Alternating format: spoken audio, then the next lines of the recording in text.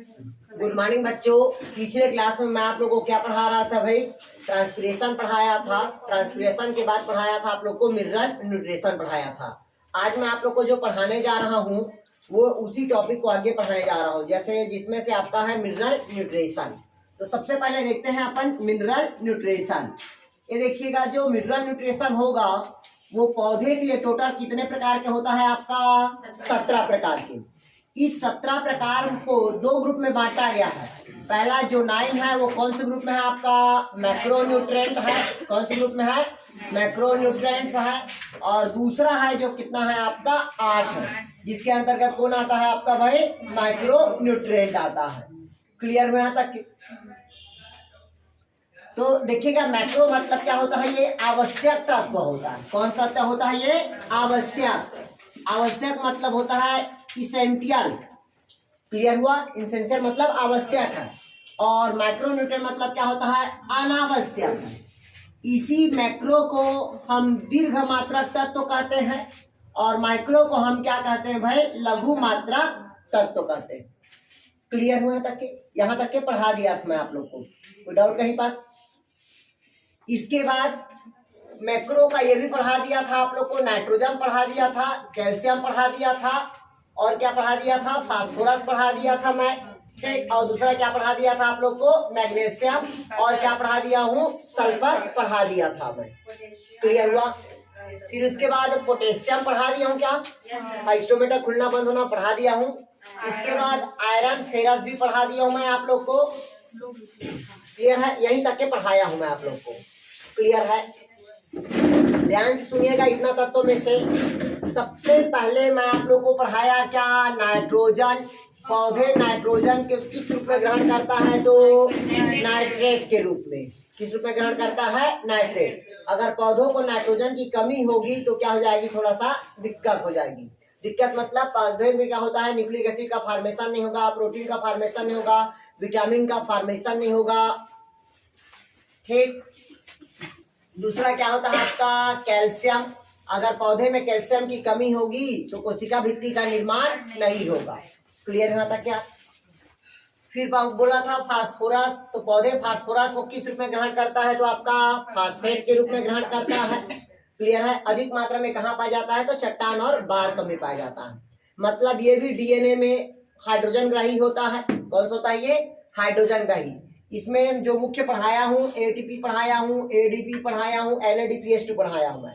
Clear हुआ? ये most important है। इसमें मैग्नीशियम, इसकी उपस्थिति में पौधा प्रकाश संश्लेषण की क्रिया में क्या करेगा? भाग लेगा। अगर Mg नहीं है तो पौधे में प्रकाश संश्लेषण की क्रिया नहीं होगी। और मैग्नीशियम हमेशा सेंटर पे होता है, याद रखना। पोरफायरिन का जो रिंग होता है उसमें हमेशा मैग्नीशियम कहाँ होगा? सेंटर पे, क्योंकि मैग्नीशियम के चारों तरफ ही नाइट्रोजन के मॉलिक्यूल्स क्या होते हैं? प्रेजेंट होता है। क्लियर हुआ तक क्या?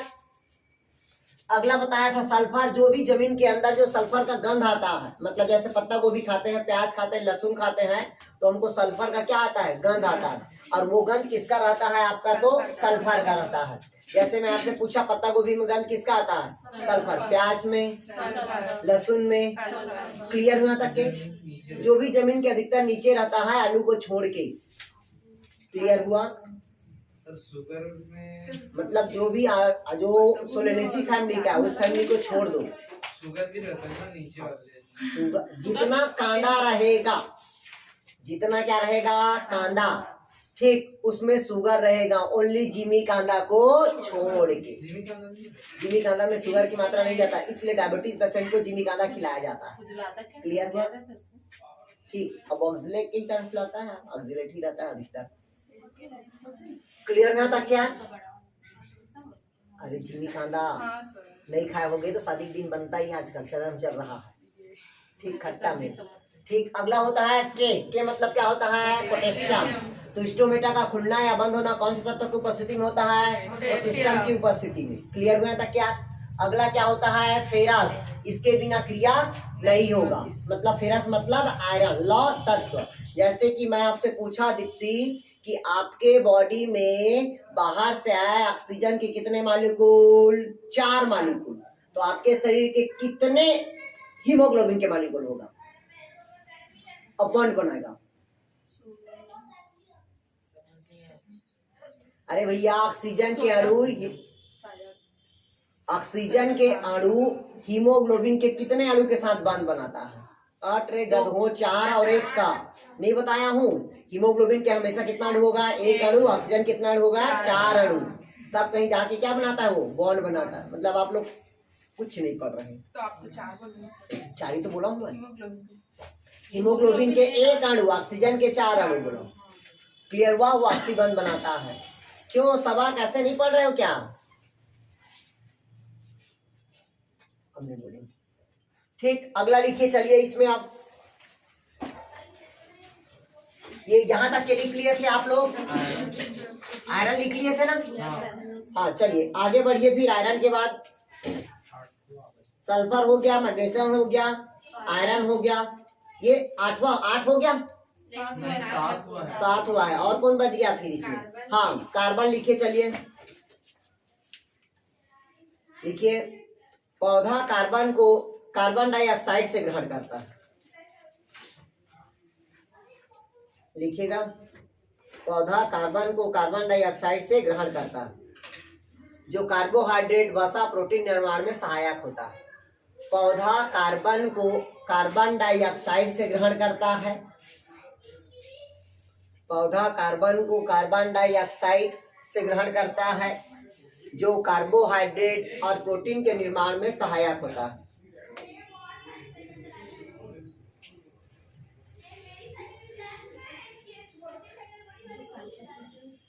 जो कार्बोहाइड्रेट और प्रोटीन का निर्माण करता है। इसके अलावा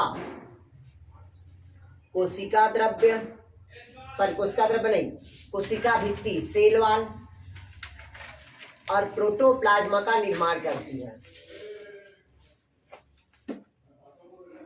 प्रोटोप्लाज्मा का निर्माण करती है। ये हो गया कार्बन। अगला लिखिएगा ऑक्सीजन और हाइड्रोजन। एक साथ लिख लो ऑक्सीजन हाइड्रोजन को। ऑक्सीजन और हाइड्रोजन को एक साथ लिख लो। इसकी कमी से जीव द्रव्य का निर्माण नहीं होगा। और जीव द्रव्य को, जीवों को क्या कहा जाता है? भौतिक आधार, फिजिकल बेस ऑफ लाइफ। किसने दिया था? हक्सले नाम सुने हो? हक्सले नामक वैज्ञानिक ने जीव द्रव्य को कहा था फिजिकल बेस ऑफ लाइफ। अरे कम से कम आपको तो पता होना चाहिए। सर उसको परहेज नहीं है कोशिका से। नहीं पढ़ते? हाँ तो ठीक है, चलिए लिख लिए यहाँ तक। क्या क्लियर हुआ? अब लिखिएगा हाइड्रोजन और ऑक्सीजन एक साथ। बताया तो जीव द्रव्य का निर्माण नहीं होता। चलिए अगला लिखिए। वीडियो नहीं बनाया ना पहले? तो बना, चलिए नहीं बना लिखे। चलिए ऑक्सीजन और क्या लिखे? जल। लिखिएगा, दोनों को पौधा जल से ग्रहण करता है। लिखिएगा, दोनों को पौधा जल से ग्रहण करता है।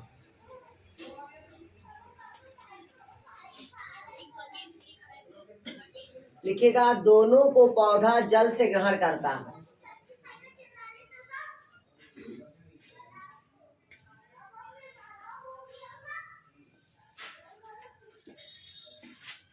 हो गया?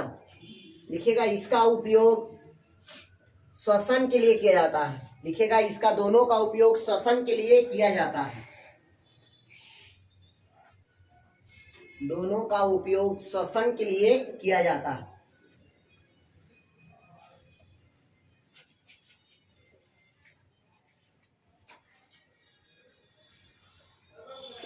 हो गया था क्या? बस इतना ही है। अब अगला लिखिए आप लोग इसकी वो वाली, क्या बोलते हैं आपका, लघु तत्व की कमी से। पहला लिखेंगे,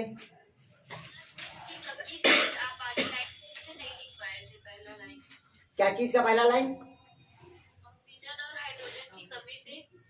ऑक्सीजन और हाइड्रोजन की कमी से, मतलब इसका उपयोग किया जाता है श्वसन क्रिया में, और इसकी कमी होगी तो श्वसन की क्रिया नहीं होगी। हो गया? चलिए अब अगला लिखिएगा आप लोग मैग्नीज।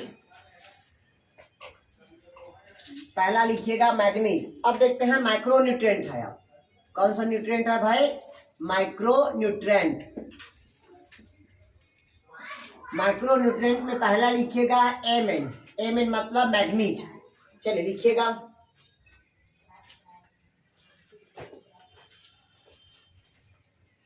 पहला क्या लिखिए यार, मैग्नीज लिखिएगा। लिखिएगा यह श्वसन के क्रिया, लिखिएगा यह श्वसन के क्रिया और नाइट्रोजन मेटाबोलाइज्म की क्रिया में भाग लेता है।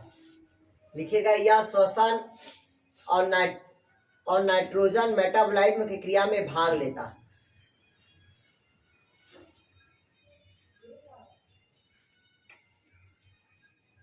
नाइट्रोजन मेटाबोलाइज्म क्रिया में भाग लेता है। अब ध्यान समझिएगा, लिखिएगा उसी पे, यह एंजाइम का एक्टिवेटर का काम करता है। लिखिएगा यह एंजाइम को एक्टिवेटर का कार्य करता है। लिखिए यह एंजाइम को एक्टिवेट करने का कार्य करता है, एक्टिवेटर बोलते हैं इसको एंजाइम का।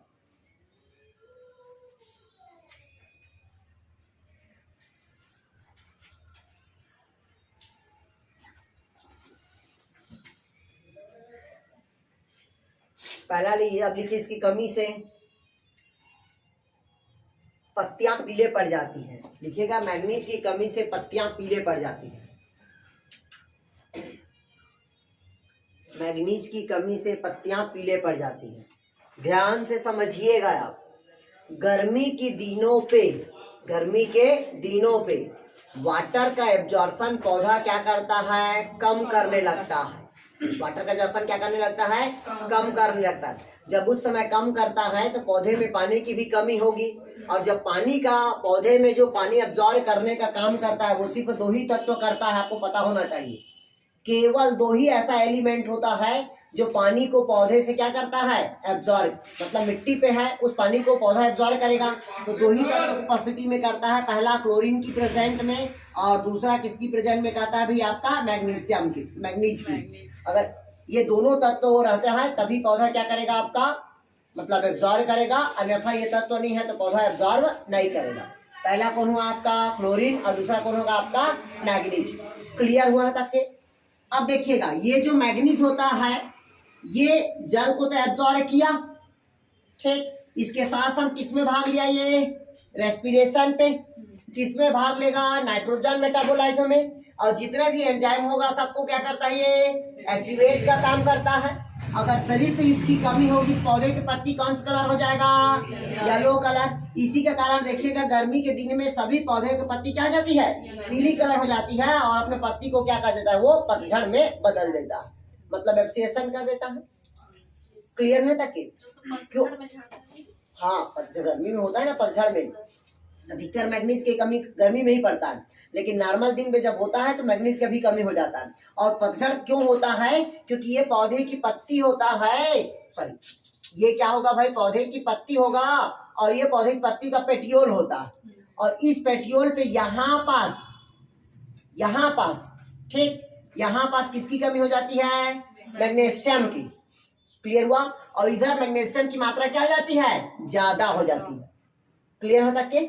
यहाँ पास किसकी कमी हुई, मैग्नीशियम की कमी हुई। यहाँ पास किसकी कमी होगी, मैग्नीज की कमी होगी, और यहाँ पास किसकी अधिकता होती है, मैग्नीशियम की अधिकता होगा, और यहाँ पास किसकी अधिकता होगा, तो मैग्नीज की। तो देखिएगा कभी भी पौधे की पत्ती जब गिरता है तो इधर ग्रीन कलर का दिखता है और बाकी पार्ट्स हरा दिखता, मतलब पीला कलर दिखता है। और यहीं से पतझड़ ऐसे गिरता है, यहाँ से गिरता है, देखिए यहाँ से नहीं गिरता कभी, आया समझ, मतलब ये यहाँ से लगा हुआ ऐसे क्या होता है, झड़ता है। क्लियर हुआ? ये खास करके गर्मी के दिन में ही देखने को मिलता है। आया समझ है, नहीं आया? चलिए दूसरा लिखिएगा इसी का। अब इसकी कमी होगी, श्वसन दर में क्या होगा, कमी होगा, नाइट्रोजन में कमी होगा। अगला लिखिएगा, अब इसके टॉक्सिसिटी लक्षण तो बता दिए, हाँ ध्यान से समझिएगा। इसकी टॉक्सिसिटी लक्षण लिखा है, जैसे कि सलाद, जौ, टमाटर आदि के जड़ों में भूरापन हो जाता है। जितना भी भूरापन होता है वो टॉक्सिसिटी के कारण होता है, ठीक, मतलब जहर के कारण बोलते हैं उसको। अगला लिखिएगा बोरान।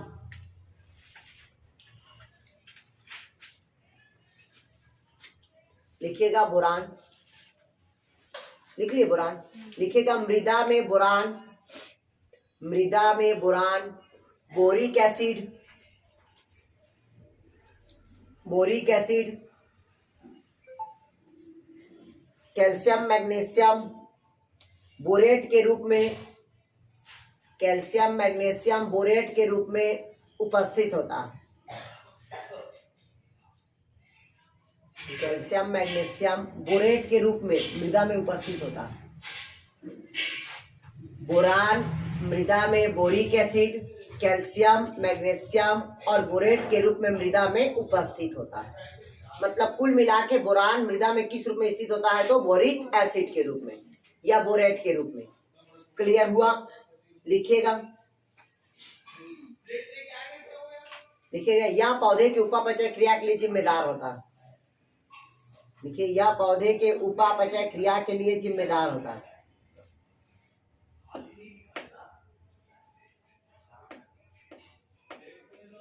अगला लिखिए, इसकी कमी से जड़ का निर्माण नहीं होता।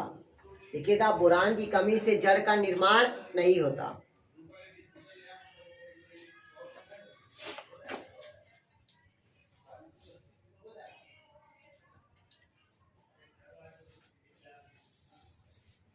देखिएगा, इसकी कमी से खैरा रोग होता है। खैरा रोग जानते हैं? धान में, धान के पत्ती पे खैरा रोग, पूरे धान के पत्ती नष्ट होने लगता है। देखिएगा, धान के पत्ती में खैरा रोग होता है।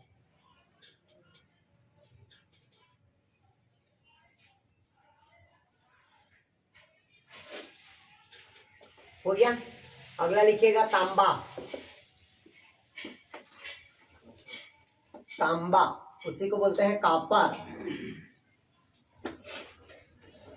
लिखिएगा, मृदा में कॉपर सल्फाइड के रूप में स्थित होता है। लिखिएगा, मृदा में कॉपर कॉपर सल्फाइड के रूप में उपस्थित होता है। मृदा में कॉपर सल्फाइड के रूप में उपस्थित होता है। कॉपर सल्फेट कॉपर सल्फेट ही तो है।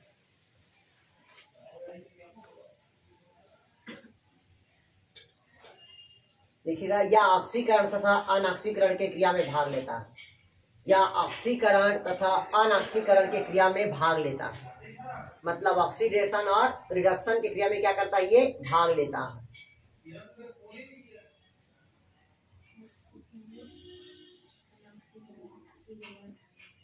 देखिए, इसकी कमी से डाई बैक रोग होता है।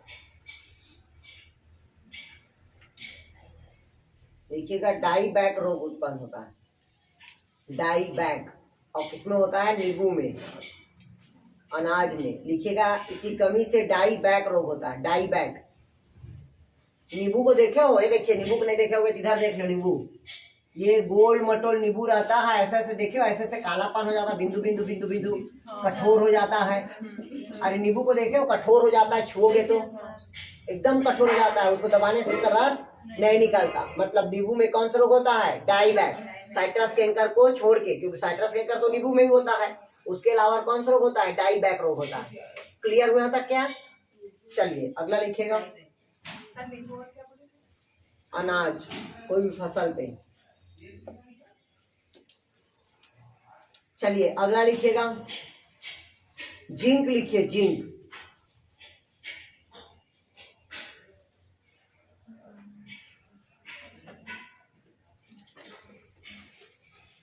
लिखिएगा, यह मृदा में अत्यंत अल्प मात्रा में पाया जाता है। यह मृदा में अत्यंत अल्प मात्रा में पाया जाता है, बहुत कम मात्रा में पाया जाता है जिंक।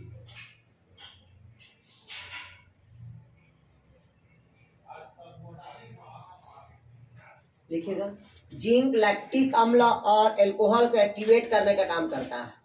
लिखिएगा, जिंक लैक्टिक अम्ल और एल्कोहल को एक्टिवेट करने का कार्य करता है। लिखिएगा, जिंक लैक्टिक अम्ल और एल्कोहल को एक्टिवेट का कार्य करता है।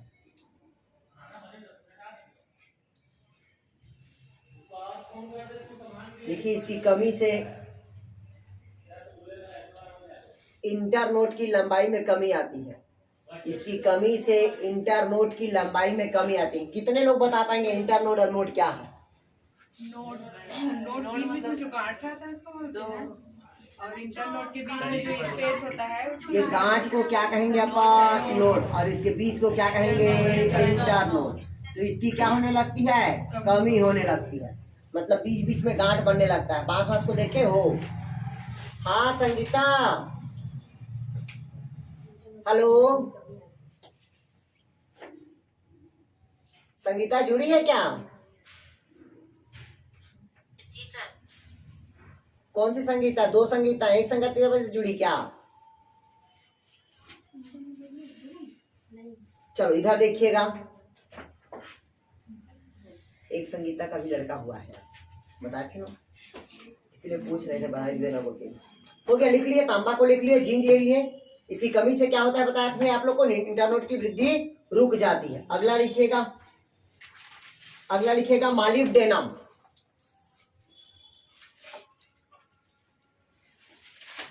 लिखिएगा, लिखिएगा मालिब्डेनम नाइट्रोजन का रिडक्शन करता है।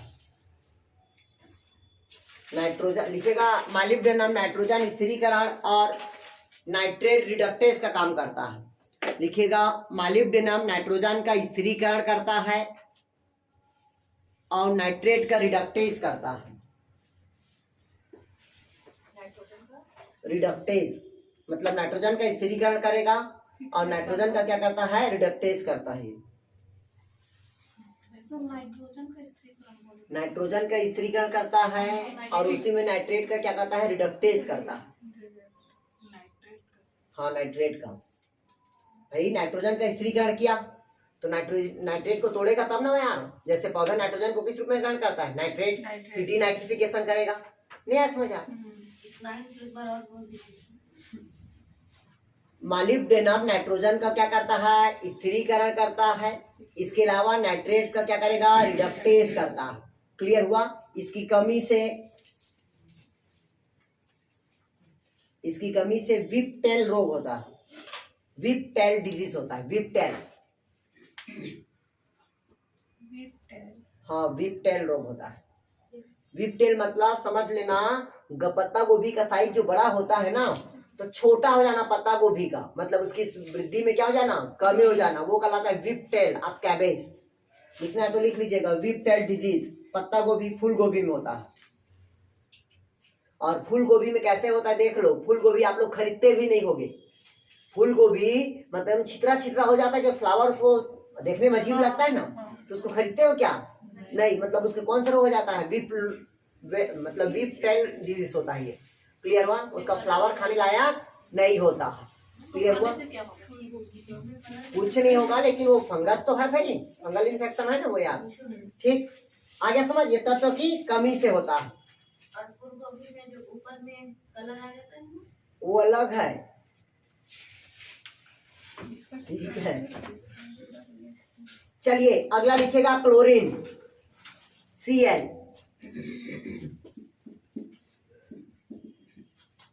सॉरी माइनस में रहता क्लोरीन। लिखिएगा क्लोरीन, लिखिएगा पौधे क्लोरीन को क्लोराइड आयन के रूप में ग्रहण करता है।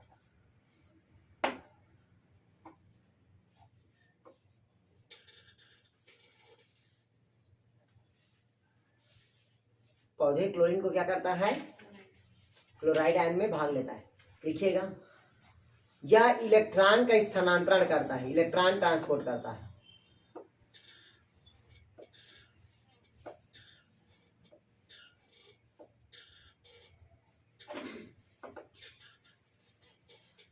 देखिए इसकी कमी से पौधे का जड़ कब के आकार का हो जाता है, मुग्धा का आकार का हो जाता है।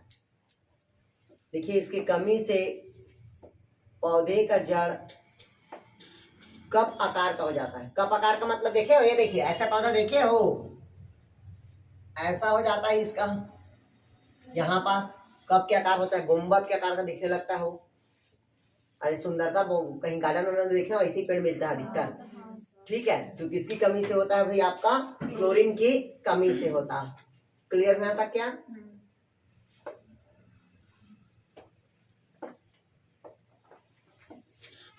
देखिए और इसकी कमी से पत्तियां की रंग कांसे के आकार की हो जाती है, पत्तियां की रंग कांसे के आकार की हो जाती है।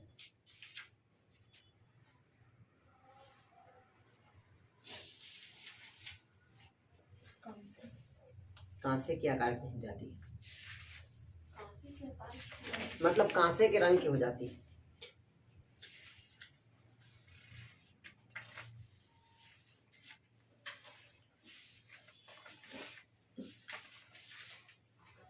चलिए हेडिंग डालिए अगला।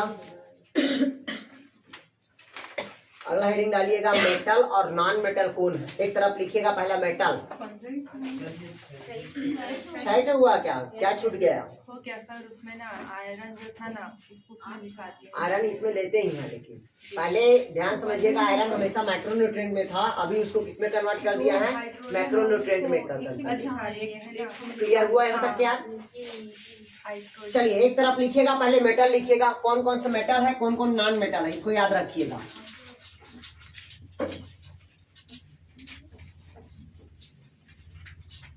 कौन धातु है और कौन अधातु है, तो केमिस्ट्री वाले बढ़िया जानते हैं। पहला लिखेंगे मेटल्स, निकिल कोबाल्ट का, निकिल नहीं लगता यार उसका, रहने दो। अगला लिखिए, चलिए मेटल में लिखिएगा कैल्शियम, मैग्नीशियम, नाम बस लिखिएगा मेटल का, लिखिएगा मेटल के अंदर calcium, magnesium, potassium, iron, sodium, zinc, manganese, copper, molybdenum और बोरान। कैल्शियम लिखिएगा, कैल्शियम हो गया, मैग्नीशियम हो गया, पोटेशियम हो गया, फेरस हो गया, सोडियम हो गया, जिंक हो गया, मैग्नीज हो गया, कॉपर हो गया, मोलिब्डेनम हो गया और बोरान हो गया। 1 2 3 4 5 6 7 8 9 10, ये 10 क्या है आपका, मेटल्स है। क्लियर हुआ? अगला लिखिएगा नॉन मेटल, ऊपर वाला पूरा धातु है, नीचे वाला क्या है, अधातु। चलिए नीचे वाले में लिखिएगा carbon, hydrogen, oxygen, nitrogen, carbon, oxygen, hydrogen, nitrogen, sulphur, phosphorus, silicon और क्या होगा आपका क्लोरीन। ये सब क्या है भाई आपका नॉन मेटल है। क्लियर हुआ तक क्या? ये क्वेश्चन को पूछता है कभी कभी कि ऐसा कौन सा तत्व है जो नॉन मेटल है या कौन सा तत्व है जो मेटल है। ठीक, तो एक को याद रखना, या मेटल को पढ़ लो या नॉन मेटल को। भाई नॉन मेटल हमको याद है और इसमें से पूछा कौन मेटल है तो इसमें से याद रख, टिक लगाना। नहीं है समझ? कोई भी चीज का पढ़ने की कला होना चाहिए, दोनों को कभी नहीं रटते, एक चीज को रटते हैं। आया समझ?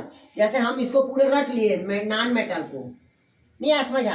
और इसमें से पूछेगा इसमें से कौन सा ऐसा है जो मेटल है, तो हमको तो नॉन मेटल याद है, इसके बाद जो तत्व दिखता है वो क्या हमारा मेटल है यार हमको।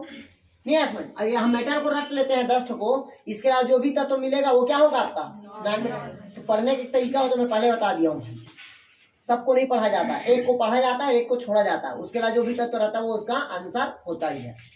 क्लियर है तक के? चलिए अगला लिखेंगे नाइट्रोजन उसमें भी है, इसमें भी है, सोडियम है। अरे ये सोडियम है रे के,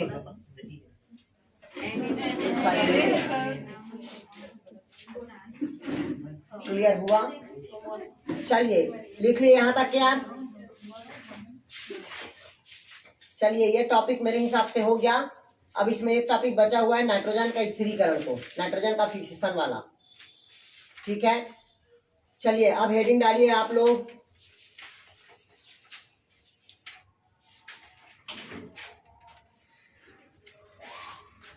लिखिएगा ट्रांसलोकेशन, हेडिंग डालिएगा ट्रांसलोकेशन,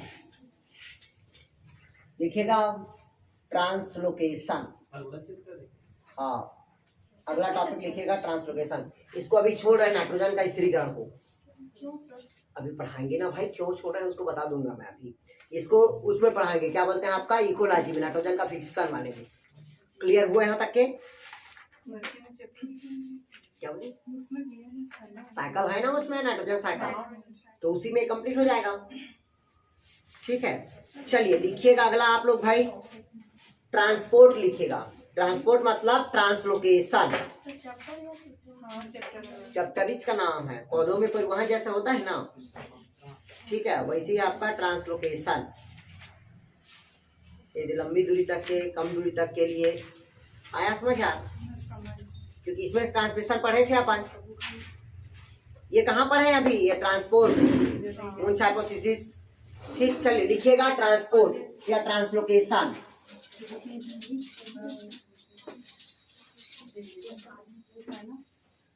चलिए इधर देखिएगा, अगला टॉपिक आप लोग का क्या है? ट्रांसपोर्ट या इसी को कहते हैं ट्रांसलोकेशन। अभी आप लोग पढ़े थे ट्रांसपिरेशन पढ़े थे। क्या पढ़े थे? ट्रांसपिरेशन। और उसमें एक टॉपिक पढ़े थे पौधों में जल का अवशोषण पढ़े थे।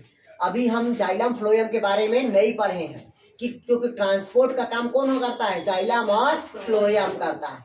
तो पहला लिखेंगे आप लोग ट्रांसपोर्ट या ट्रांसलोकेशन। हेडिंग डालिएगा।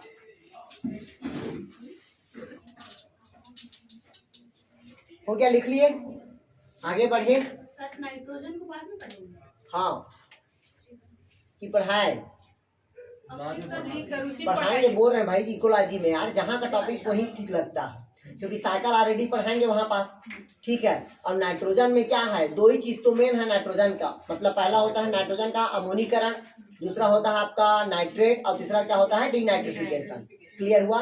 और कौन जिम्मेदार होता है? तो बैक्टीरिया होता है। नाइट्रोसोमोनास होगा, नाइट्रोबैक्टीरिया होगा और राइजोबियम। कहानी खत्म। इतना ही मेन होता है।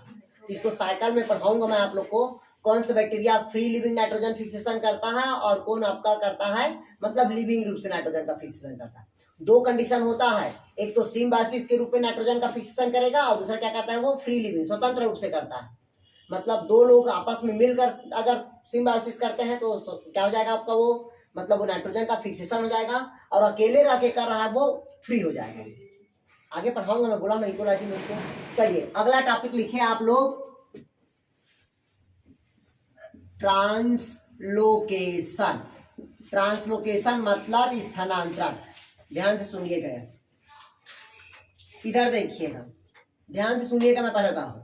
ये जो ट्रांसलोकेशन का काम अगर कम दूरी के लिए, कौन सी दूरी के लिए? कम दूरी के लिए, और दूसरा कौन सी दूरी के लिए? लंबी दूरी के लिए। जो ट्रांसलोकेशन का कार्य होता है वो सभी पौधों में क्या होगा? अलग अलग होगा। लेकिन लंबी दूरी के लिए कौन भाग लेता है आपका? जाइलम और फ्लोएम होगा। कौन भाग लेगा आपका? जाइलम और फ्लोएम। कम दूरी के लिए कौन भाग लेगा आपका? थाइलस। कौन भाग लेता है कम दूरी के लिए? थाइलस। और थाइलस में कौन भाग लेगा? तो वो है आपका प्लाज्मोडेस्माटा, जो किसके बीच में पाया जाता है? तो किसके बीच में पाया जाता है? पहला सेलुलोज के बीच में, दूसरा सेल वॉल के बीच में, तीसरा पीट फॉर्मेशन में, चौथा आल ऑफ दिस में।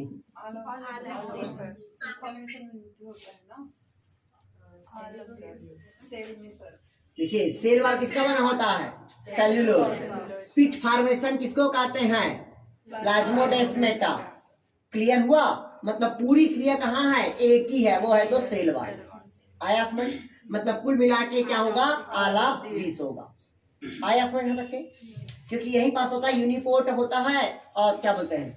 हाँ यूनिपोर्ट बोलते हैं उसमें, यूनिडायरेक्शनल और बाई डायरेक्शनल बोलते हैं उसको। जो बीच का गेप होता है उसी को बोलते हैं। उसी को तो बोलते हैं पीट, या उसी को प्लाज्मोडेस्माटा बोलते हैं। चलिए अब हम पढ़ाते हैं आप लोग को ट्रांसलोकेशन। भाई ध्यान से समझिएगा।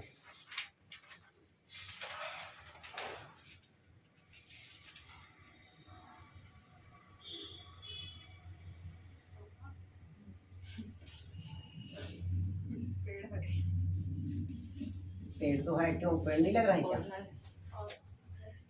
हाँ पौधा है, मतलब वही है।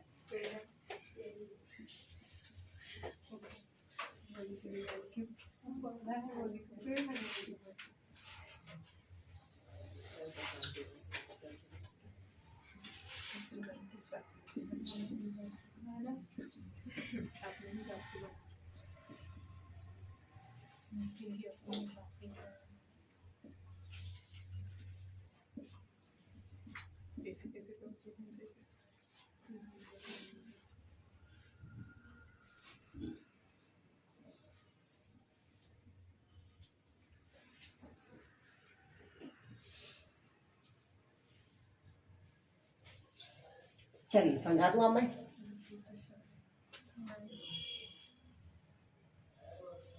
समझा दूं यार? हाँ माया, कैसे? सबा खान, सुमित्रा, श्वेता दिखा। हाँ तो कट के जुड़े क्या हम? आप सही रहिए। हाँ चलो ठीक है, दूर हट गए हैं।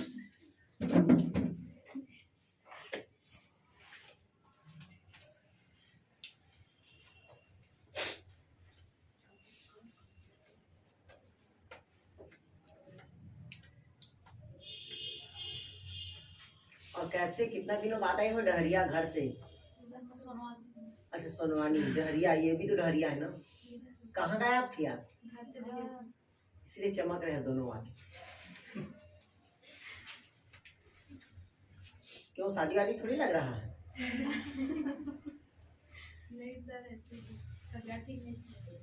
अच्छे तो दिख रहे हो यार। क्यों गिट्टी दिख रही है ना, देखो पीछे।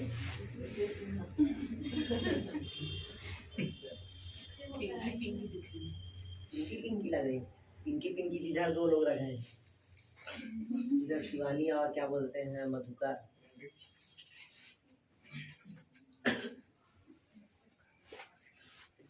हो गया, स्टार्ट करें? ध्यान से सुनिएगा। सबसे पहले क्या कहता है भाई? ट्रांसपोर्ट। तो देखिएगा हमारे बॉडी पे, जो हमारे बॉडी में भी ट्रांसपोर्ट होगा, दो चीज का होता है।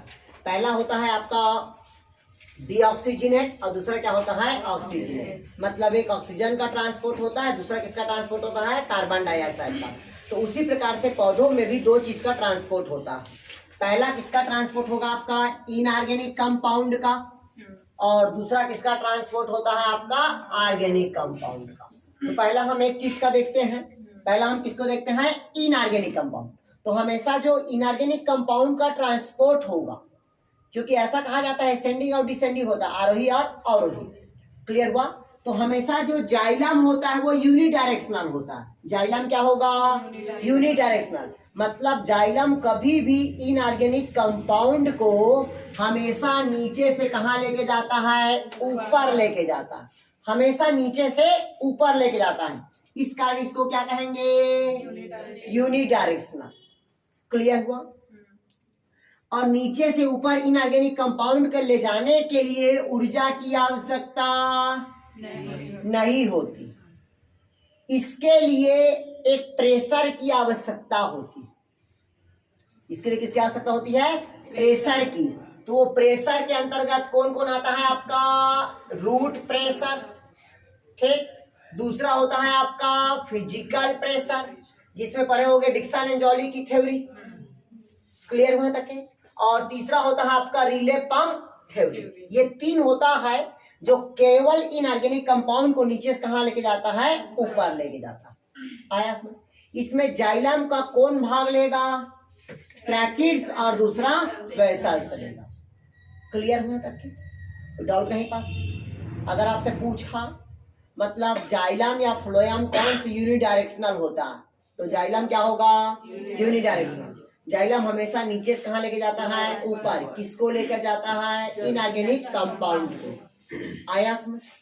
नहीं आया समझ? पक्का? कौन है इसमें जहां भाग लेगा? ट्रैकिड्स और वेसल। दूसरा वेसल्स का बता दिया था कि जाइलम के वेसल्स में ही टाइलोसिस का फॉर्मेशन होता है। ये लिखवा दिया हूं मैं आप लोग को। क्लियर है तक के? मतलब हमेशा जाइलम क्या होगा? यूनिडायरेक्शनल। और नीचे से ऊपर ले जाने के लिए कभी भी ऊर्जा की आवश्यकता नहीं होती। इसके लिए हमेशा किसकी आवश्यकता पड़ती है? तो प्रेशर की आवश्यकता। वो है तो आपका रूट प्रेशर, फिजिकल प्रेशर और वाइटल थ्योरी, जिसमें पढ़े हो गया रिले पंप थ्योरी वाला। आया समझा तक के? कोई डाउट कहीं पास? यार दूसरा होता है आपका मल्टी डायरेक्शनल। दूसरा क्या होगा भाई? आपका मल्टी डायरेक्शनल। अब इधर देखिएगा मल्टी डायरेक्शनल क्या क्या होता है, इधर पहले समझिएगा। मल्टी डायरेक्शनल, मल्टी डायरेक्शनल मतलब होता है बहुदिशी। बहुदिशी मतलब सभी दिशा पे ले जाने का कार्य। और सभी दिशा पे ले जाने का काम कौन करता है? आपका फ्लोएम करता है। किसको लेके जाता है? ऑर्गेनिक कंपाउंड को। किसको लेके जाएगा भाई? ऑर्गेनिक कंपाउंड को। कैसे लेके गया ऑर्गेनिक कंपाउंड? इधर समझिएगा। क्योंकि इनऑर्गेनिक तत्व को तो जाइलम लेके चल दिया, मतलब पौधे में प्रकाश संश्लेषण की क्रिया संपन्न हुआ। जब पौधे में प्रकाश संश्लेषण की क्रिया संपन्न होगा तो कौन सा कंपाउंड बनता है? Organic compound. ऑर्गेनिक कंपाउंड कहाँ बना रहा है? तो पत्ती पे। अब ऊपर से कहाँ आएगा वो? नीचे। और इधर साइड में शाखा भी है तो साइड में भी जाएगा। आ रहा है कि नहीं आ रहा है? मतलब ऊपर से कहाँ आया? नीचे। मतलब डाउनवर्ड आया। क्या आया? डाउनवर्ड्स, मतलब ऊपर से नीचे आया। गया कि नहीं गया? साइड में जा रहा है मतलब कौन साइड होगा वो? Lateral side. आ रहा है कि नहीं आ रहा है यार? मतलब ऊपर से नीचे आना, साइड में जाना, ये सब क्या हुआ? अपवर्ड हुआ। और दूसरा क्या होगा? वो लेटरल साइड हुआ। क्लियर हुआ तक के? ये दोनों किस में हो रहा है? तो डाउनवर्ड प्लांट हमेशा ऊपर से नीचे लाने का काम फ्लोएम का, साइड में ले जाने लेटरल का काम कौन करेगा? फ्लोएम करेगा। आया समझ? दोनों पौधे पे हो रहा है, दोनों क्रिया कहाँ हो रहा है? पौधे पे हो रहा है। आया समझ? अब कोई भी पौधे पे क्या बना है आपका? क्या बना है? बीज। और बीज में क्या संग्रहित है आपका?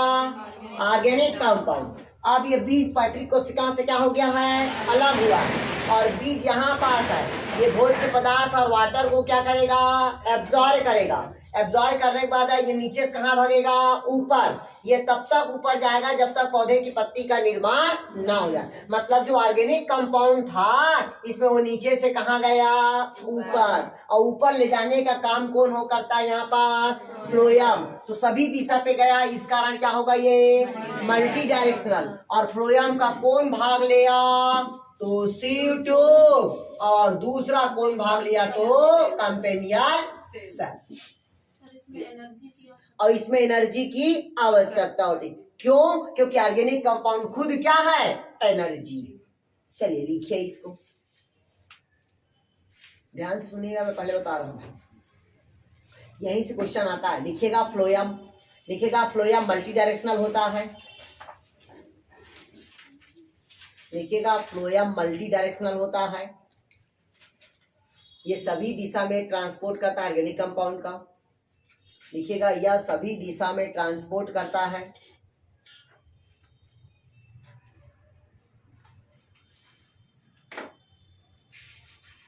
क्या करता है? ये सभी दिशा में वो ऑर्गेनिक कंपाउंड का परिवहन करता है।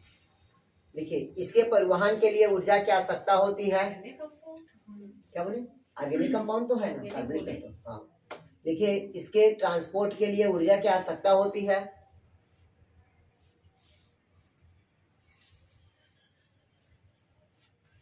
इसके ट्रांसपोर्ट के लिए क्या होता है? ऊर्जा की आवश्यकता होती है। इसमें फ्लोएम का CO2 और कंपेनियल सेल भाग लेता है।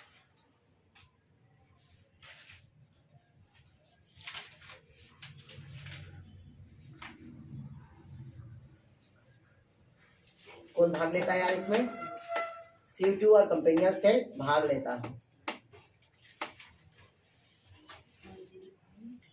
हो गया? लिखिएगा डाउनवर्ड्स, लिखिएगा डाउनवर्ड्स, लेटरल मतलब पार्श्वी, लेटरल पार्श्वी, और अपवर्ड होता है। क्या बोले लास्ट में? डाउनवर्ड, अपवर्ड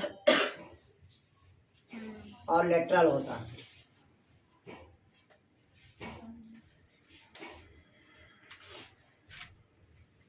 हो गया? यहाँ तक है?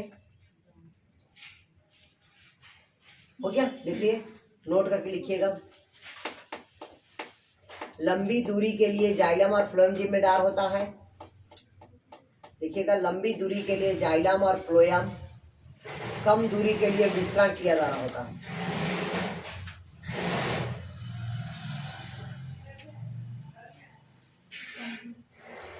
कम दूरी के लिए विस्तरण किया जा रहा होता है।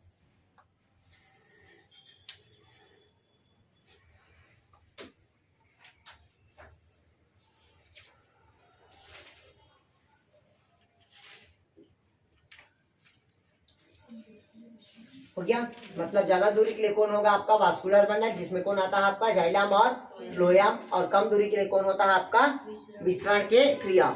और ये पढ़ा दिया था एपोप्लास्ट, सिम्प्लास्ट पढ़ा दिया था ना, वाटर के एब्जॉर्प्शन में पढ़ा दिया था मैं आप लोग को किस प्रकार से वाटर का एब्जॉर्प्शन करता है, ट्रांसमिशन पढ़ा दिया हूँ। ठीक, ये पूरे पढ़ा दिया हूँ मैं अब आप लोग को। ठीक, ये बचा है जीव द्रव्य क्रिया, बचा है पराशर, शायद पढ़ा दिया हूँ मैं इधर से, मैं पढ़ा दिया हूँ मैं आप लोग को। ये भी पढ़ा दिया यूनिपोर्ट, एंटीपोर्ट, सिम्पोर्ट। एक ही दिशा पे जाता है तो यूनिपोर्ट जाता है, अपोजिट दिशा पे पढ़ाया हूँ यार माया इसको। नहीं सुना हुआ लगा।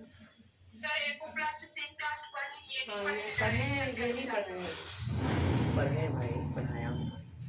ठीक, इसको पढ़ाया हूँ मैं आप लोग को। यूनिपोर्ट मतलब एक ही दिशा पे जा रहा है, एंटीपोर्ट मतलब एक दूसरे के अपोजिट दिशा में जा रहा है, सिम्पोर्ट मतलब एक ही दिशा पे जा रहा है। डायग्राम देखोगे तो याद आएगा, इधर देखिएगा। किसमें जा रहा है ये कंपाउंड का सर? आओ, पढ़ाया हूँ मेरे को याद है, इधर देखिएगा। जैसे कि ये मान लीजिएगा, ये देखिएगा एक ही दिशा पे जाना मतलब क्या है, ये यूनिपोर्ट। ये इधर जा रहा है, ये इधर आ रहा है, मतलब क्या हुआ, ये एंटीपोर्ट। ये पढ़ाया हूं मैं आप लोग को। ये सेल है, ये इधर जा रहा है, ये इधर जा रहा है, ये कहलाता है सिम्पोर्ट। ये सब पढ़ा दिया हूं मैं। क्लियर हुआ? मतलब कोई भी मॉलिक्यूल के तत्व अगर एक ही दिशा पे जाता है क्या कहलाएगा, वो यूनिपोर्ट। ठीक, अगर एक दूसरे का अपोजिट जा रहा है क्या कहलाएगा, वो एंटीपोर्ट। अगर दो मॉलिक्यूल एक ही दिशा पे जा रहा है तो वो क्या कहलाएगा, आपका सिम्पोर्ट कहलाएगा। क्लियर हुआ? ये पढ़ाया हूं मैं आप लोग को। नहीं पढ़े होगे तो लिख लो यूनिपोर्ट, एंटीपोर्ट और सिम्पोर्ट को। सर प्रोटीन को बताइए तो। प्रोटीन का अभी प्रोटीन पढ़े ही कहाँ, आप तो उससे आगे पढ़ा। कहाँ प्रोटीन का पढ़ा है अभी? प्रोटीन वाला वो नीचे, ये वाला हाँ प्रोटीन का कैसे होता है वो। परिवहन इलेक्ट्रॉन का ना, बायोमॉलिक्यूल, वही तो पढ़ाया था इसमें यार। इधर देखिएगा आप इसको लोग। कब पढ़ नहीं पढ़े सर, बायोमोलिक्यूल हम लोग नहीं पढ़े हैं। अभी बायोमोलिक्यूल्स पढ़ाऊंगा, पढ़ाई ही नहीं। पढ़ाया ही नहीं हूँ भाई। इधर समझिएगा, ये जो कोई भी मेम्ब्रेन होता है आपको पता होना चाहिए। कोई भी मेम्ब्रेन, अधिकतर कौन सा मेम्ब्रेन होता है इसमें, प्लांट में सेलेक्टिव परमिएबल मेम्ब्रेन होता है। परमिएबल क्या होता है, सेलेक्टिव परमिएबल मेम्ब्रेन। मतलब अगर इलेक्ट्रॉन के मॉलिक्यूल या प्रोटॉन के मॉलिक्यूल अगर छोटा है या बड़ा होगा, तो अगर ये जितना बड़ा इसका होल्स होगा उतने ही बड़ा प्रोटीन के मॉलिक्यूल को कहाँ ले जाएगा, अंदर लेके जाएगा। जब अंदर लेके गया तो वो कौन से मेम्ब्रेन में क्या लेके गया, सेलेक्टिव परमिएबल। तो ये मॉलिक्यूल कहाँ जाएगा, बाहर चला जाएगा। तो क्या कहलाएगा, वो यूनिपोर्ट कहलाएगा। इधर भी प्रोटीन के मॉलिक्यूल है, इधर भी प्रोटीन के मॉलिक्यूल है, और दोनों तरफ छेद है, दोनों तरफ क्या है, सेलेक्टिव परमिएबल मेम्ब्रेन है। इधर का होल छोटा है, इधर का होल बड़ा है, तो ये छोटा वाले को लेके जाएगा और इधर से किसको लेके आएगा, बड़े वाले। तो ये कौन सा होगा आपका एंटीपोर्ट। और अगर सिर्फ जाने का एक ही दिशा पे रास्ता है और आने का नहीं है तो वो क्या कहलाएगा, सिम्पोर्ट। ये पढ़ाया हूं मैं, आप लोग को याद भले नहीं आ रहा होगा। जहां पर विसरण, डिफ्यूजन, परासरण पढ़ाया हूँ, इम्बिबेशन, अंतःचूषण वाला। इधर वाला एग्जाम्पल भी दिया था मैं। ठंड के दिन में या बरसात के दिन में क्या होता है, पानी को एब्जॉर्ब करता है कोई भी सूखा चीज, इम्बिबेशन। अंगूर किशमिश का भी बताया हूँ मैं आप लोग को। हाँ गायत्री, इसको इसमें बताऊंगा। अपना विसरण पराशरण को भी बोले थे कि इसमें बताऊंगा करके, इसको भी बोले थे। नहीं पढ़ाया हूँ, अच्छे से पढ़ाए हैं लेकिन बोले थे कि और डिटेल्स इसमें पराशरण बताऊंगा। को थोड़ा सा ध्यान समझिएगा। पहला समझिएगा विसरण, पहले समझ लीजिएगा विसरण और परासरण। जहां अर्ध पारगम्य झिल्ली की आवश्यकता होगी वहां परासरण मैं बताया हूँ, मेरे को याद है। ठीक, जहां मेम्ब्रेन की आवश्यकता नहीं होगी वहां क्या होता है, आपका डिफ्यूजन होगा। क्लियर हुआ यहाँ तक के? कोई डाउट कहीं पास? चलिए, नहीं पढ़े होगे तो पढ़ लो भाई, हेडिंग डाल लो आप लोग। सर इसमें आप क्या क्या दिया है? हाँ बता रहे हैं। चलिए हेडिंग डालिए आप लोग वैसी को। यूनिपोर्ट और किसको, अरे केवल एक मॉलिक्यूल को लेके जाता है वो यूनिपोर्ट होगा, और दो मॉलिक्यूल को एक साथ लेके जा रहा है वो सिम्पोर्ट होगा। यूनि मतलब एक यार, सिम मतलब दो, एंटीपोर्ट मतलब एक दूसरे का अपोजिट लेके जा रहा है। आया गायत्री? चलिए अब अगला हेडिंग डालिए। आप लोग नहीं पढ़े हैं बोल रहे तो भाई पहला लिखेगा। है पढ़ाने के लिए, लेकिन सबको नहीं बता रही है। ये बताया था कि प्लाज्मा मेम्ब्रेन की जरूरत नहीं पड़ती करके, लेकिन अभी क्या बोलते हैं विसरण की क्रिया होती करके, लेकिन इसमें तो प्लाज्मा मेम्ब्रेन रहेगा ही प्लांट में। अरे ध्यान से समझिएगा, प्लांट में प्लाज्मा मेम्ब्रेन रहेगा ही, लेकिन क्या होता है विसरण की क्रिया और क्या होता है आपका परासरण। तो पौधे में अधिकतर परासरण की क्रिया होती है। क्लियर हुआ?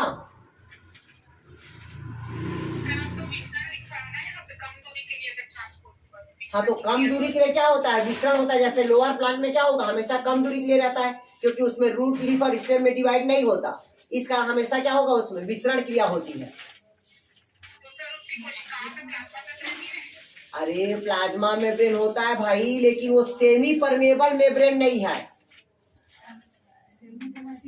नहीं आया समझ भाई? प्लाज्मा मेम्ब्रेन है, लेकिन मेम्ब्रेन भी अलग अलग प्रकार का होता है। ठीक है,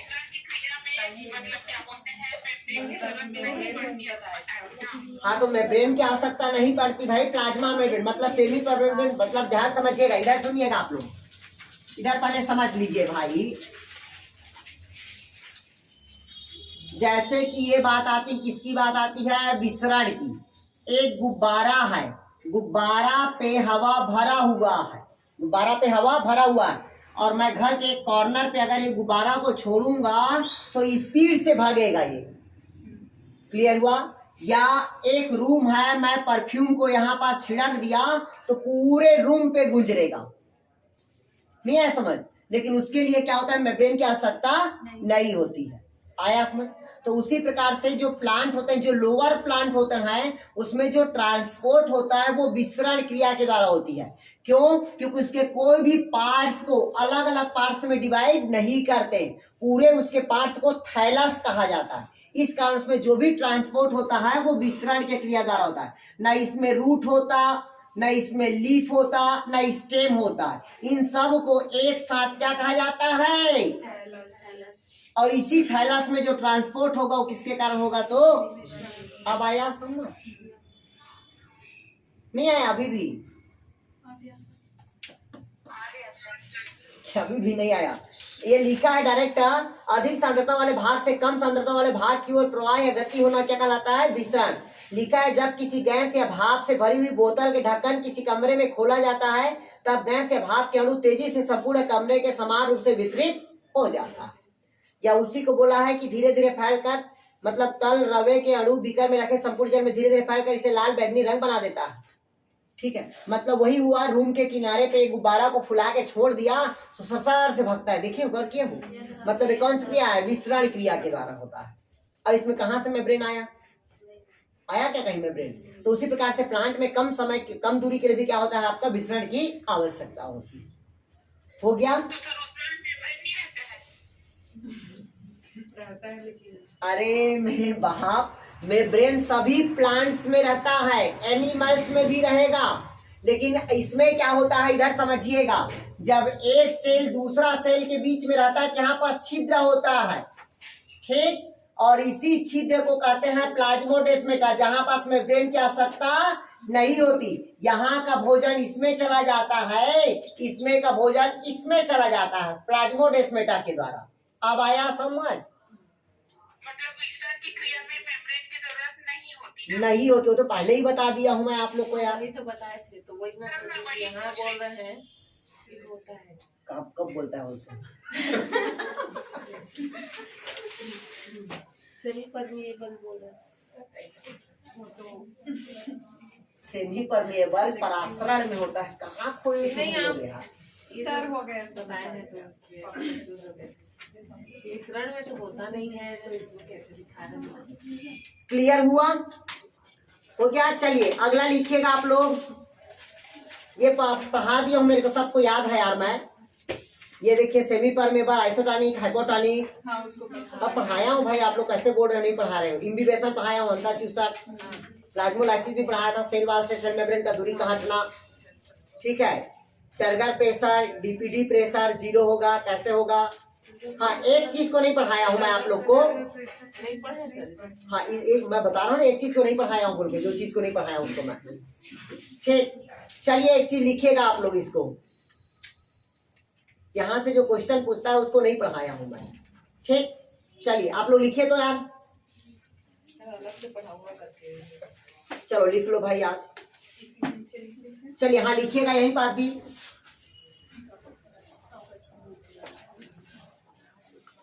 लिखिएगा जल, लिखिएगा। चलिए हैं और उसका हेडिंग हेडिंग डालिएगा आप लोग। विसरण दाब न्यूनता, डिफ्यूजन प्रेशर डिफिशियंस। लिखिएगा डिफ्यूजन प्रेशर डेफिशिएंट, डीपीडी। इसको नहीं पढ़ाया हूं, इससे गणितीय सूत्र आता है, मैं बोला भी था इसको पढ़ाऊंगा, गणित आता है इससे बोल के। लिखिएगा डीपीडी, डीपीडी मतलब डिफ्यूजन प्रेशर डेफिशिएंट, जिसको हिंदी में कहते हैं विसरण दाब न्यूनता।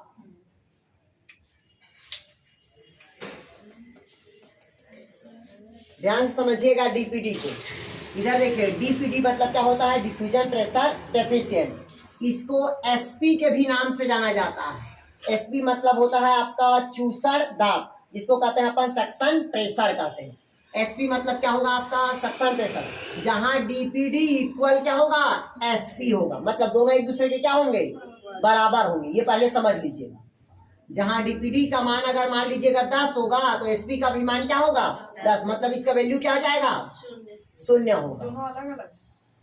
अरे भाई इधर पहले सुनिए, डीपीडी का अगर मान 10 है तो एसपी का भी मान क्या हो जाएगा? 10 रहे, मतलब दोनों सेम ही है। ये आया समझ?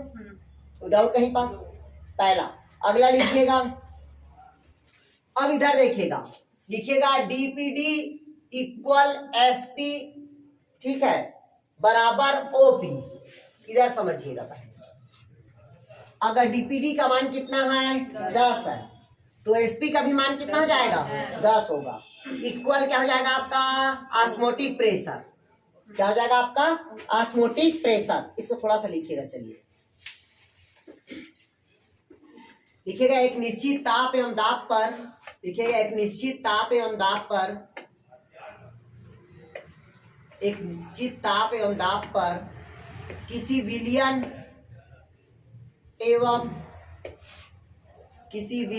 एवं उसके शुद्ध विलायक के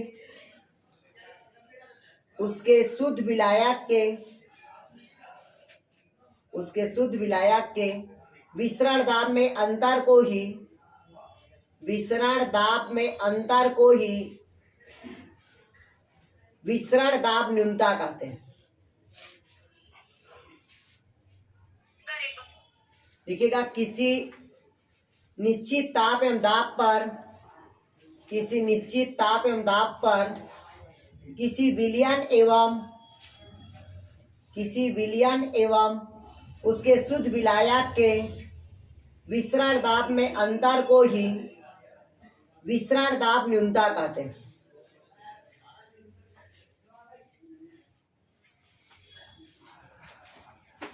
नीचे लिखिएगा,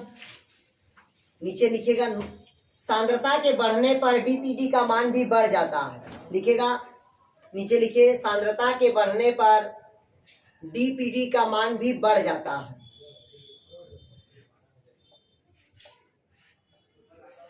लिखिएगा, जब सांद्रता की मान बढ़ता है तो डीपीडी का मान भी क्या हो जाएगा? बढ़ जाएगा। नीचे लिखिएगा, सांद्रता के मान कम होने पर डीपीडी का मान भी क्या हो जाएगा? कम हो जाएगा। लिखिएगा, सांद्रता बढ़ने पर डीपीडी का मान भी बढ़ जाता है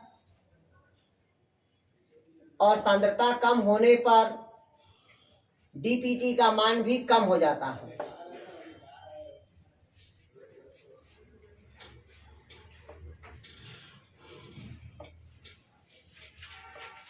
हो गया?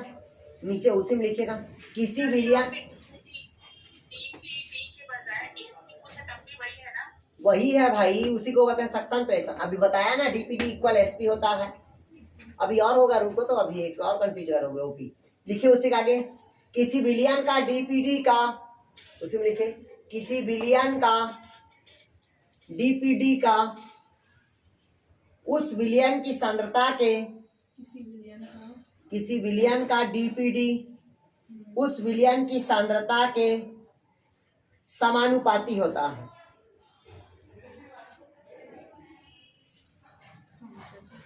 समानुपाती होता है।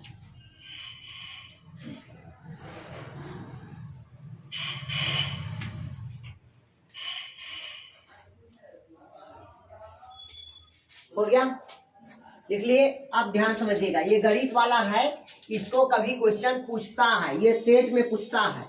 ठीक, किसे पूछता है? सेट में। अब इसको नोट करके पहला पॉइंट बना के लिखिए भाई आप लोग।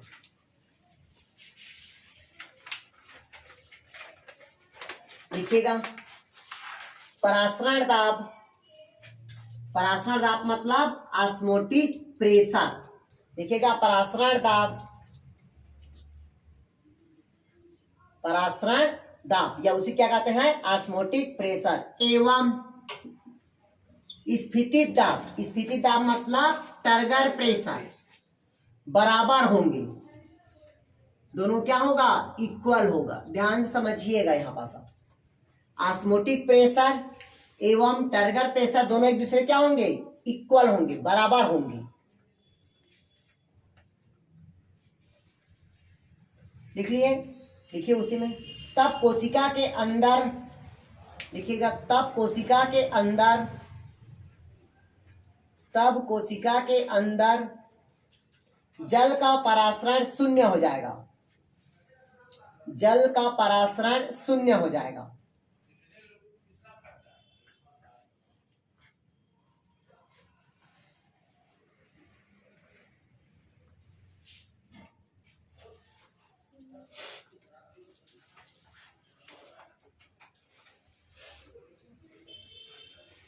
क्लियर हुआ था क्या?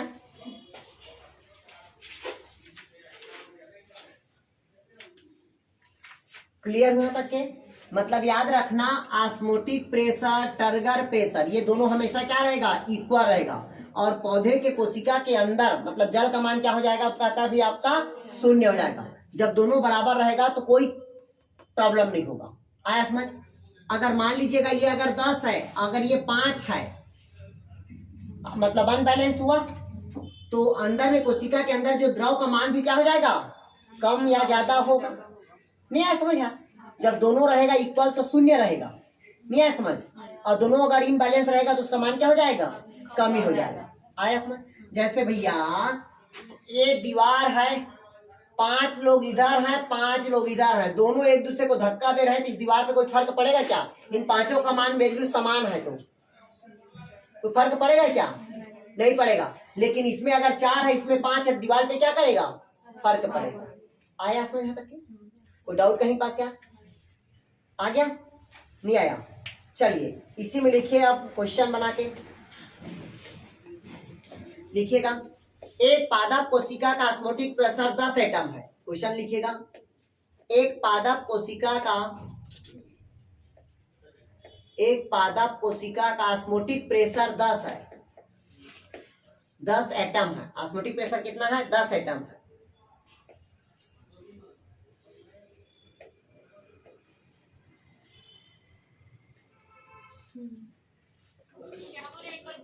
लिखिएगा जब एक पादप कोशिका का ऑस्मोटिक प्रेशर 10 एटम है, 10 एटम है, शुद्ध जल में रखा जाता है। कौन से जल में रखा जाता है? शुद्ध जल में रखा जाता है।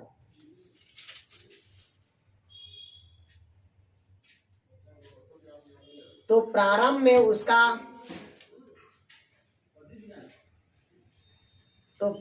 उसका टर्गर प्रेशर 0 एटम होगा।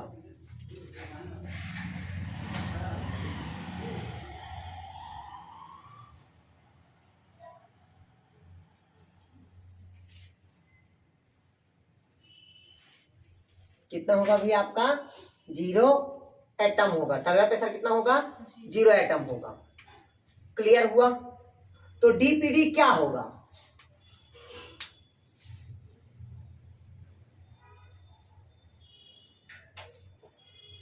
तो डीपीडी क्या होगा?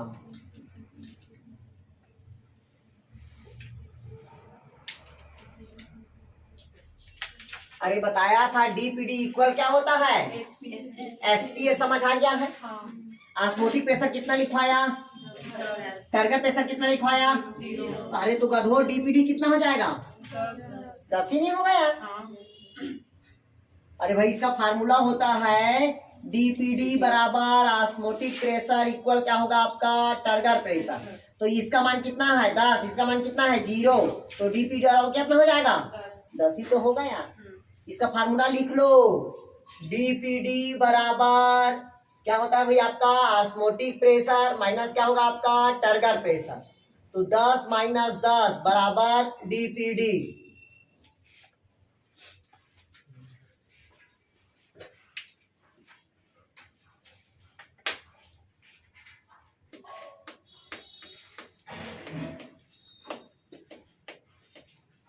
सर इसमें टारगेट प्रेशर को तो आप 0 बताए हो ना? सर डीपीडी तो टारगेट प्रेशर 0 तो है यार, ये 0 नहीं है यार। नहीं सर, यहाँ पे माइनस किए हो ना, 10 माइनस 10 ओपी माइनस टीपी। यहाँ पर ध्यान से सुनिएगा, ये डीपीडी हुआ, ये ऑस्मोटिक प्रेशर मतलब इसी को क्या कहते हैं? एसपी बराबर, इसका फार्मूला लिख लो भैया, एसपी बराबर लिखिएगा ओपी माइनस टीपी, या डीपीडी बराबर ओपी माइनस टीपी। ये फार्मूला लिख लो, काम आएगा ये। ठीक, हमेशा इन दोनों के मान तो इक्वल है ही है, लेकिन अगर मान में कमी या ज्यादा दिया है तो उसको क्या करना? हमेशा माइनस करना, जोड़ना बस नहीं है। क्लियर हुआ?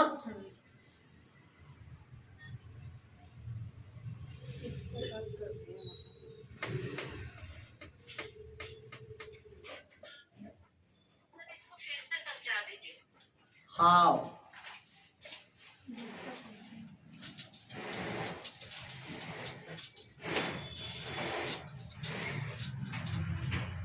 इधर ध्यान से सुनिएगा आप लोग। सबसे पहले देखिएगा आपके पास एक मान दिया हुआ, जैसे लिखा है यहाँ पास से देखिएगा, ऑस्मोटिक प्रेशर में वृद्धि होती है तो टारगेट प्रेशर के मान में क्या होगा? पता है कमी, मतलब वृद्धि हो रहा है तो उसमें भी क्या होगा? वृद्धि, और कमी हो रहा है तो उसमें भी कमी होगा। अब मान लीजिए यहाँ पास ऑस्मोटिक प्रेशर इक्वल कितना एटम दिया है आपने पास? 10 एटम दिया पहला, और यहाँ पास टारगेट प्रेशर वैल्यू कितना दे दिया है आपका? 0 एटम दिया है। तो इसका जो डीपीडी का मान हो जाएगा वो 10 माइनस कितना हो जाएगा? 0। तो यहाँ पास कहता है या करके डीपीडी इक्वल क्या होगा? कहता है ऑस्मोटिक प्रेशर माइनस कितना हो जाएगा आपका? 10। क्लियर हुआ? तो यहाँ पर जैसे जैसे जल कोशिका में प्रवेश करता है वैसे वैसे उसका टीपी बढ़ते जाएगा। अब जैसे जैसे कोशिका में प्रवेश करेगा तो उसका मान क्या हो जाएगा? बढ़ते जाएगा। जैसे जैसे कम होते जाएगा तो उसका मान भी क्या होगा? कम होते जाएगा। तो जिसके कारण कोशिका भित्ति का दबाव पड़ता है, क्योंकि कोशिका भित्ति प्रत्यास्थ होती है, इसका टीपी के विरुद्ध उतना ही ऑस्मोटिक कोशिका के ऊपर डालती है, जिसका जैसे कि टीपी इक्वल क्या होगा? वॉल प्रेशर, मतलब टारगेट प्रेशर इक्वल क्या होगा आपका? Wall pressure. दोनों का मान क्या होगा? बराबर है। भाई इधर से धक्का दे रहा है लेकिन उधर वॉल प्रेशर उधर धक्का की तरह नहीं जा रहा है, होगा। तो स्थिति में डीपीटी का घट कर कितना हो जाएगा? अगर दोनों इक्वल रहेगा तो बराबर माइनस क्या हो जाएगा? डीपीटी क्या हो जाएगा आपका? 0 हो जाएगा।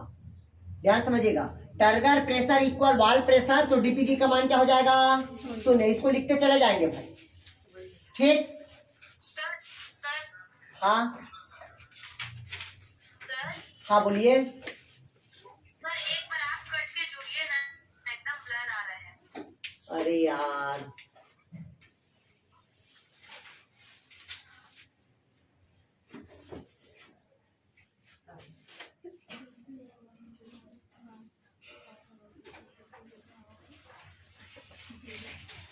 हेलो, देखिएगा भाई आप लोग, ऑस्मोटिक प्रेशर कितना एटम कहता है? 10 एटम। टारगेट प्रेशर का मान कितना कहता है? 0 एटम। तो डीपीडी बराबर 10 माइनस क्या हो जाएगा आपका? 0। मतलब डीपीडी मतलब ये क्या होगा आपका? ओपी है, और टीपी क्या है आपका? 0 है। आ गया समझ तक के? फिर डीपीडी बराबर क्या होगा? ऑस्मोटिक प्रेशर इक्वल क्या हो जाएगा आपका? 10। तो यहाँ पर टारगेट प्रेशर और वॉल प्रेशर दोनों क्या होगा? इक्वल। जब दोनों इक्वल होगा तो डीपीटी का मान हमेशा क्या हो जाएगा? 0। क्लियर वहां तक के? आया समझ? यहाँ तक के?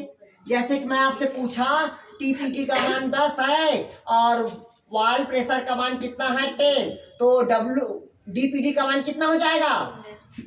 0, क्योंकि हमेशा माइनस करते हैं। मैं पहले बता रहा हूं, जोड़ना कभी नहीं है, केवल इसमें क्या करना अपने को? माइनस करना। ध्यान से सुन लीजिए बात को। अगर इक्वल दिया है तो आपको कुछ नहीं करना है, माइनस ही करना है। अगर जैसे यहाँ पास दिया है 10, तो 10 माइनस 10 बराबर कितना हो जाएगा? 0। तो डीपीटी का मान कितना हो जाएगा? हमेशा 0। अगर टारगेट प्रेशर का मान दिया है आपका 20, वॉल प्रेशर का मान दिया है आपका 10, तो डीपीटी का मान कितना हो जाएगा आपका? 10। नहीं है समझ? मैं पहले बोल दिया, जोड़ना नहीं है, सिर्फ घटाना है इसमें। कुछ भी देगा तो माइनस कर, बस माइनस करना। आया समझ यहाँ तक क्या? अगला कहता है इसी में। अब हो गया यहाँ तक के? चलिए, इसके अलावा कुछ भी देगा इसे क्वेश्चन तो हमेशा क्या करना है? इसमें क्वेश्चन दीजिए। माइनस करना है। ठीक, अभी बता रहे हैं इसमें से। चलिए, एक चीज ऊपर हेडिंग डालिएगा आप। अगला हेडिंग डालिए आप लोग। हेडिंग डालिए जल विभाव का मान। हेडिंग डालिएगा जल विभाव का मान।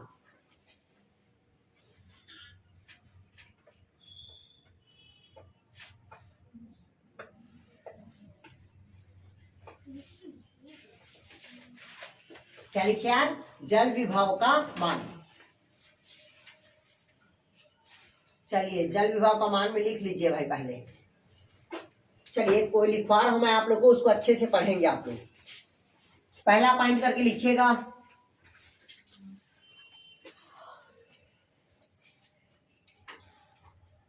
जैसे क्वेश्चन एक ध्यान समझिए। लिखिएगा, हेडिंग डालिए। मान लिया 2 कोशिकाएं ए और बी है। क्वेश्चन हाँ लिखे, क्वेश्चन लिखे ना। मान लिया जाए, मान लो 2 कोशिकाएं ए एवं बी एक दूसरे के संपर्क में है। मान लिया 2 कोशिकाएं ए एवं बी एक दूसरे के संपर्क में है। एक दूसरे किसमें है? संपर्क में है। ए कोशिका का दाब, ए कोशिका का दाब विभव लिखेगा। ए कोशिका का दाब विभव, दाब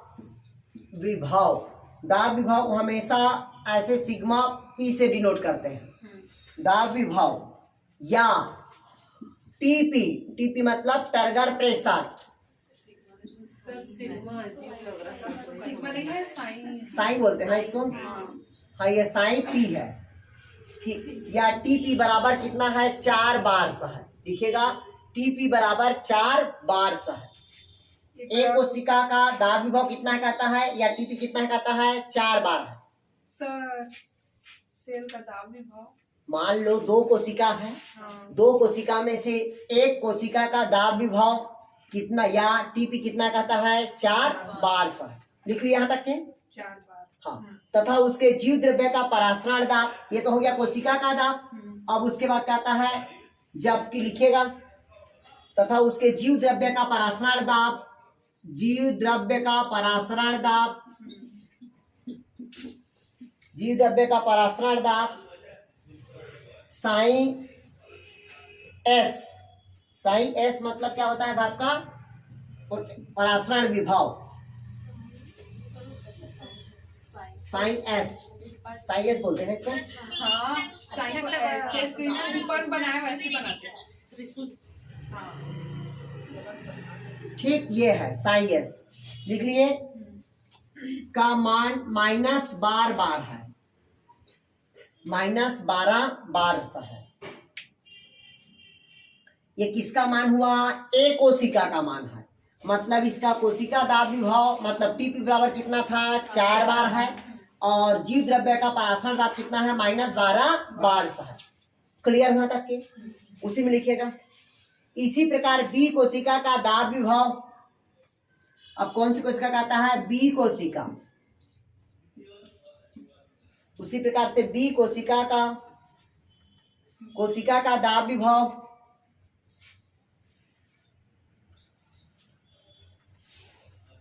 2 बार है।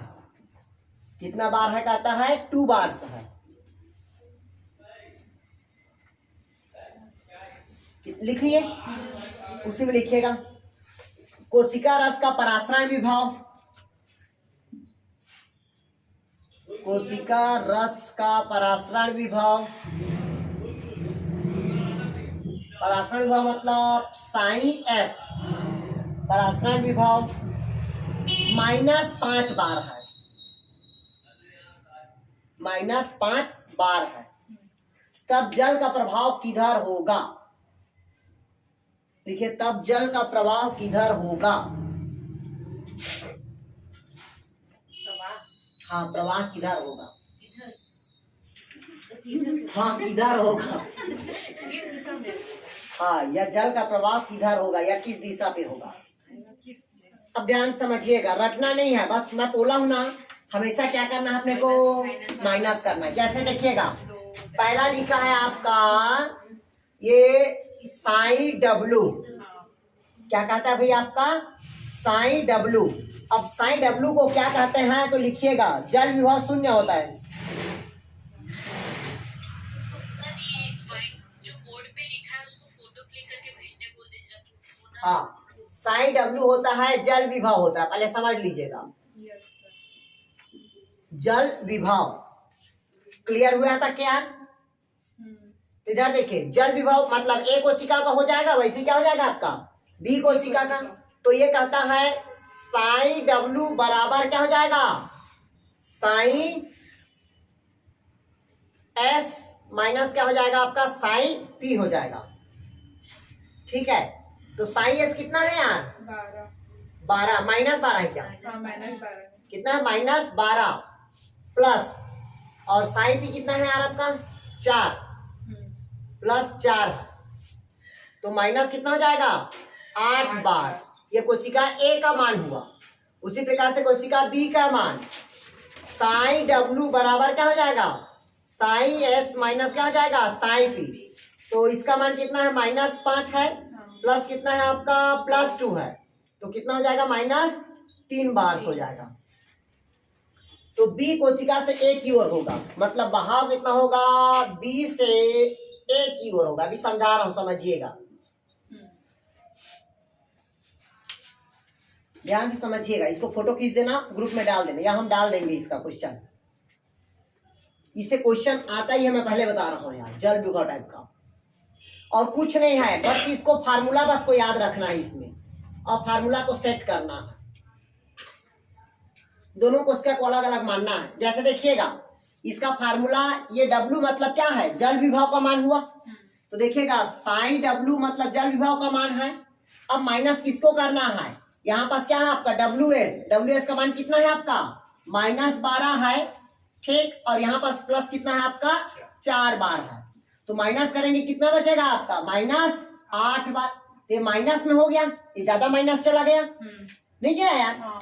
और दूसरा क्या कहता है? साइन डब्ल्यू का मान कितना है कहता है अभी आपका? साइन एस है, माइनस क्या है आपका? Sign P. साइन एस का मान कितना कहता है भाई आपका? -5 बार है, -5 बार। माइनस कितना है आपका? +2 बार है। तो इसमें माइनस में से प्लस होगा, कितना हो जाएगा? -3। तो मतलब ज्यादा लास्ट में कौन है? 8 ज्यादा लास्ट में है। मतलब बहाव बी से कहाँ की ओर होगा? ए की ओर होगा। आया कुछ समझ क्या? नहीं आया? अरे कुछ भी समझ में नहीं आ रहा है। कितना सरल है यार। फार्मूला में तो फार्मूला बस में तो रखना है आपको। माइनस कम होता है बोल दीजिए। अरे बस माइनस कम होता है, ये चीज याद रखना। तो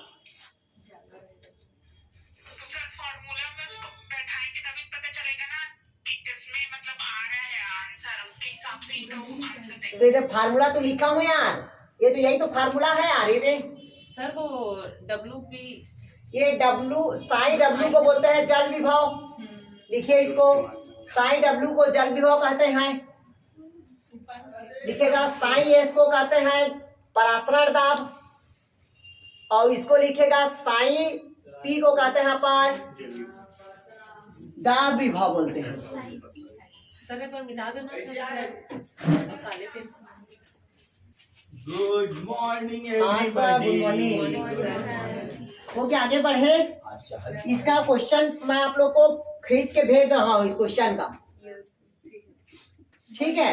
3-4 क्वेश्चन है, बना के देखिएगा, नहीं समझ आएगा तो पढ़ाएंगे हम। सबका मान दिया रहता है। हाँ, सबका मान दिया है। अरे फार्मूला में लगाना बस तो है यार इसमें, हाँ, ठीक है। चलिए क्वेश्चन लिखिए आप लोग। इस संडे को पूरा पाएंगे क्वेश्चन लिखाऊंगा। हाँ, पैसा दे आए तुम तो अरे तो ले लो सर। नहीं हो सर, तू ही इतना दुख कर और तो इन लोगों को इम्पोर्टेंट क्वेश्चन लिखवाऊंगा उस दिन लूंगा ना। संडे संडे संडे संडे को, हाँ गुरुजी संडे बुलाना, संडे को आना, और आपका सर वही तो संडे को होगा। आपका अरे तो मैं भी संडे के बाद हमारा क्लास नहीं लेंगे। माइनस साई पी, वो तो माइनस क्लियर हुआ तक के? माइनस है वो प्लस है, उसी को बताइए। अरे पहले समझोगे तो पहले आप लोग। अगर वो प्लस होगा तो ये अच्छा, हम प्लस ही रहेगा, प्लस रहेगा। इधर देखिएगा, फिर यहाँ पास कितना है आपका, इसका मान कितना था, -12 था, प्लस इसका मान कितना है आपका, +4 है। तो ये कितना हो जाएगा रे, माइनस ही होगा ना यार।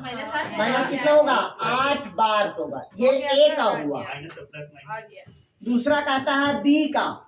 बी का वही फार्मूला है आपका, साई डब्ल्यू इक्वल क्या हो जाएगा आपका, साई एस प्लस क्या हो जाएगा आपका, साई पी। अब साई एस का मान कितना है आपका, -5 प्लस कितना है आपका, +2 है। तो कितना हो जाएगा, -3 बार। अब पूछा है जल का बहाव पूछा है, तो जल का बहाव हमेशा बी से कहाँ की ओर होगा, ए की ओर होगा। सर जो फार्मूला लिखवाए हैं वो क्लास में रहेगा। हाँ, लेकिन माइनस करना है अधिकतर। हाँ, समझ गए, लेकिन वो प्लस है। हाँ, अगर माइनस क्या रहेगा तब प्लस रहेगा, तो प्लस करना है आप। वही समझ में मतलब आ नहीं रहा था। सर फार्मूला में प्लस है तो बोलिए। और जो फार्मूला दिया है उसी पे लगाना है अपने को। ये फार्मूला दिया नहीं रहेगा, ये मान बस दिया रहेगा आपको। याद करना पड़ेगा सर फार्मूला। अब ये केमिस्ट्री, ये वो है, मैथ्स नहीं है यार ये। हाँ सर, नहीं सर, तभी चलिए क्वेश्चन लिखिए आप लोग। चलिए क्वेश्चन लिखिए आप लोग। मतलब ए से बी क्यों, अरे भाई, कम है इसीलिए। हाँ, ज्यादातर अब जाएगा ना। क्योंकि माइनस भाई हमेशा क्या होता है, ज्यादा रहेगा। जैसे हम 2 रुपए का माइनस है, आप 8 रुपए का, घाटा कौन ज्यादा है, आप ज्यादा हो। तो हम आपके तरफ जाएंगे ना, जो घाटा रहेगा उसी तरफ क्या करें। क्लियर हुआ यार? जिसके पास ज्यादा पैसा रहेगा वो उधर जाएंगे सर। नहीं, एग्जाम्पल नहीं। जल का बहाव बोल। सब क्वेश्चन हाँ, बताइए। चलिए क्वेश्चन लिखिएगा आप लोग। लिखिएगा, 2 जीवित कोशिकाएं ए एवं बी एक दूसरे के संपर्क में। धीरे ना। लिखिएगा, 2 जीवित कोशिकाएं, देखिए 2 जीवित कोशिकाएं ए एवं बी एक दूसरे के संपर्क में है, एक दूसरे के संपर्क में है। ए का परासरण विभव, ए का परासरण विभव, परासरण विभव मतलब साइन एस, हाँ, कंफ्यूज नहीं होना है। साइन एस मतलब क्या हुआ, परासरण विभव। माइनस बार 16 बार है, कितना है, -16 बार है।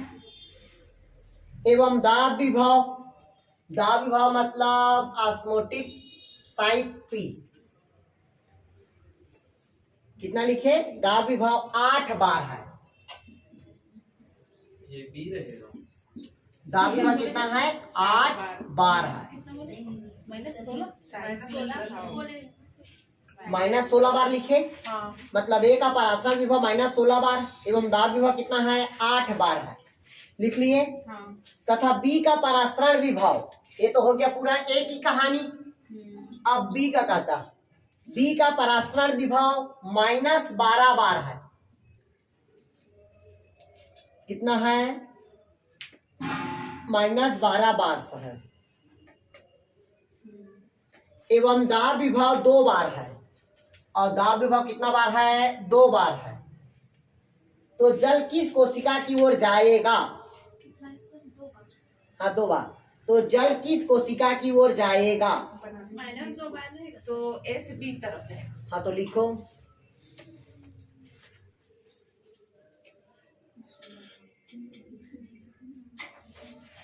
देखिए तुरंत पकड़ लिए, से बी की तरफ जाएगा। कुछ नहीं करना है, फार्मूला में लगा देना है। ए से बी सर। गुड। अरे कुछ नहीं करना है, माइनस करना है। यहाँ 16 है कि नहीं है? प्लस कर देना है कितना? 8 बार। तो कितना बचा रे? और दूसरा कितना है? -12 -12 प्लस आ गया समझ? नहीं आया समझ? मतलब उच्च से कहाँ जा रहा है आपका? निम्न की ओर जा रहा है। आया कुछ समझ? नहीं आया समझ? नहीं आ रहा लगता अभी भी। अब बन जाएगा भाई। चलिए आगे बढ़ते हैं। आप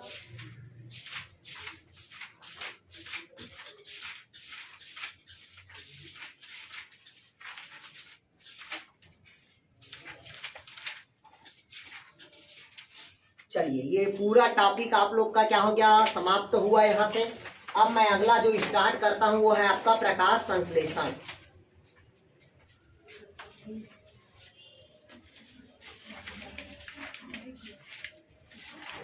अगला स्टार्ट करें प्रकाश संश्लेषण। अब आप लोग जैसे बताइए, कहानी सुना दो मैं। हाँ बस उसको बताइए ना। 10 बज गया। हाँ तो सुनिएगा, मैं आप लोग से एक बच्ची से मिलवाने जा रहा हूँ। उस बच्ची को आप लोग, उस बच्ची का बर्थडे है, सब आप लोग वीडियो ऑन कर लीजिएगा। केक ला लिए हैं? ठीक। मेरा नहीं है, मेरे बच्चे का है। अरे यार ठीक है, फिर भी वो देखिएगा, वो मैडम है, ठीक है, वो अपने बच्चे का बर्थडे के लिए 20 के लिए तैयार है।